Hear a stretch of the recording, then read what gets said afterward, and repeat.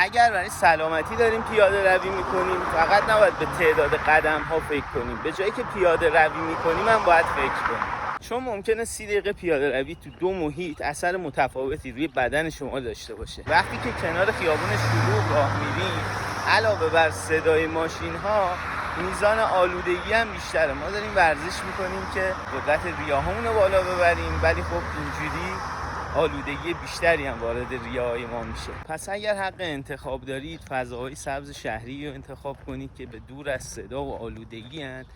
و اینکه ببینید پارک بودن به معنای پاک بودن نیست.